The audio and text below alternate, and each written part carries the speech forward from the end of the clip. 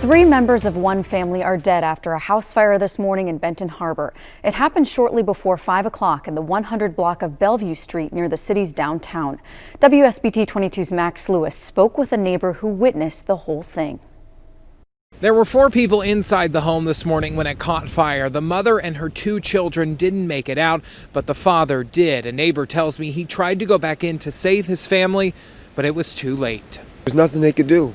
There was just nothing that they could do. They couldn't get in the house. The floor collapsed. There was nothing that they could do. When firefighters arrived at this Benton Harbor home Sunday morning, neighbor Julius Reese says it was already engulfed in flames. Reese, who lives next door, woke up when he heard his neighbors screaming. And I heard him screaming, my family, I need help, I need help. The man's 15-year-old son, 12-year-old daughter, and their mother were all still inside. After getting his own family to safety, Reese ran back to do what he could to help. Then I ran over and grabbed him out of the window because he was trying to climb in.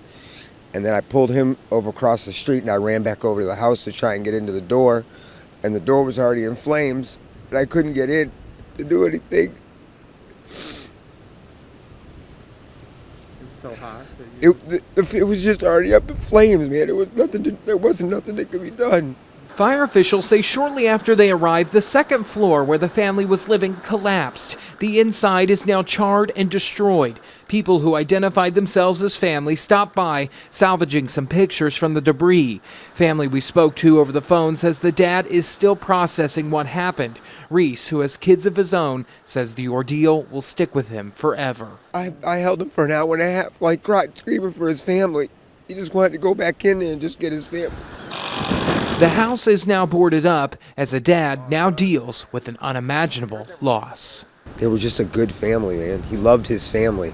The cause of the fire is still under investigation by the Benton Harbor Department of Public Safety and the Michigan State Police Fire Marshal. The names of the victims are being withheld for now out of respect for the family. In Benton Harbor, I'm Max Lewis, WSBT 22 News.